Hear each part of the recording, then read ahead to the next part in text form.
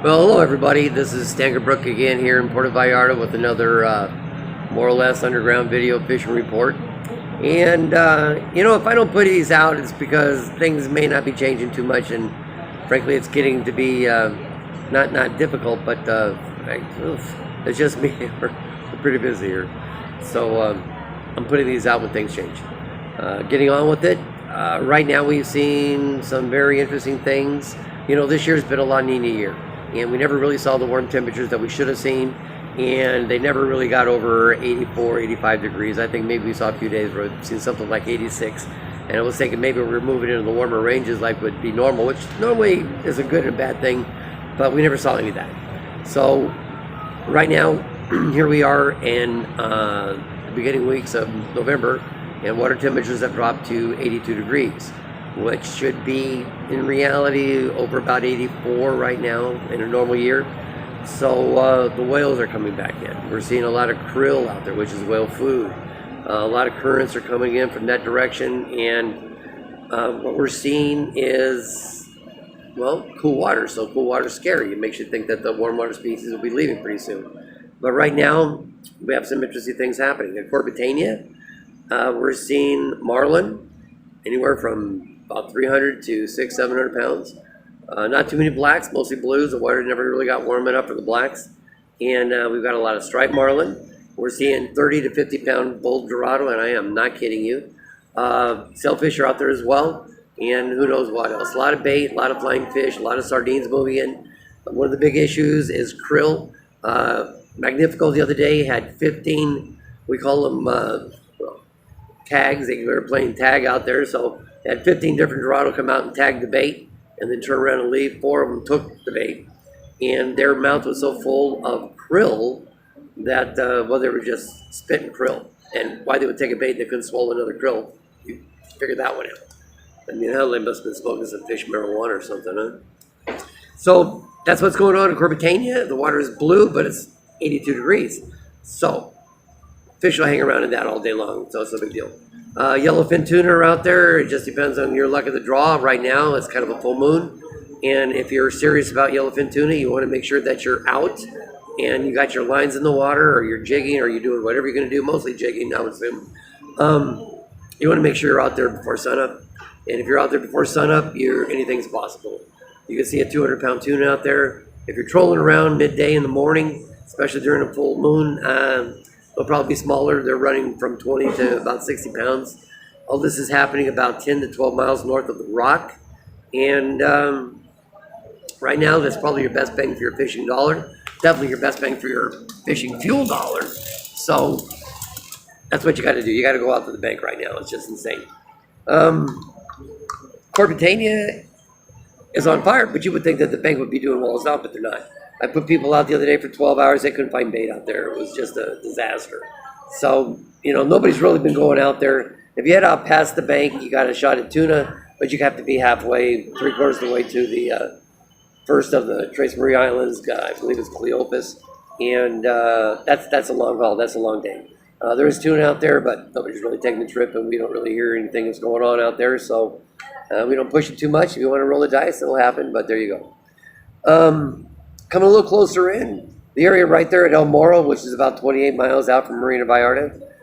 El Morro to Punta de Mita. Last week was just alive with sailfish. And a lot of dorado out there. If you found a trash line, which God knows why there'd be another trash line, it hasn't been raining anything out here. But if you find a trash line, or you find any kind of debris in the water, like a floating log or a dead horse, floating refrigerator, I've seen all that stuff. There will be dorado right there with them, and there'll be good sized dorado because there's been a lot of smaller bait feeding on that. And pretty much gold mine. What we're seeing in Punta de Mita, that whole area right now, it's what we call clean green water, which means normally you see that in seasonal changes. It's colder water. It's not, it's kind of like an overcast day to a fish, except they don't like the coldness. And but there's a lot of bait out there, and about 8 miles off the point of Punta de Mita, they've been seeing sailfish and dorado. And if you go off about 15 to 17 miles, which is not far off from the bank area, they're seeing, believe it or not, marlin and sailfish out there as well. So mostly striped marlin. There'll be some blue marlin out there, but we're seeing a lot of striped marlin back in the area. So, if you want to go out there and give it a shot for 8 hours. I got Captain Freddie I can turn you on to. He's a world-class guy, and you love him. And they are catching sailfish out there, so why not? Let me take a look for a guard.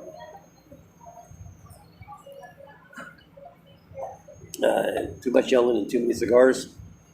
But if you're out there at, if you're here in the bay now, you're coming inside the bay. It's turned into a kind of a smorgasbord of everything out there. It's just, first off, we got a bridge that comes out from Corbetena that's been bringing sailfish, dorado, flying fish, sardines, krill, whale food. It's all in the bay right now, especially if you're south in the bay down there. If you're around in Stiladera, that's a little north of the bay, but if you're on the Puerto Negra down in the same area, right there in front of Garza Blanca Hotel, you got a shot at rooster fish. They could be 35 pounds, and they may or may not be there. You don't know, but they got a sandy beach and a rocky shore, so they may or may not be there.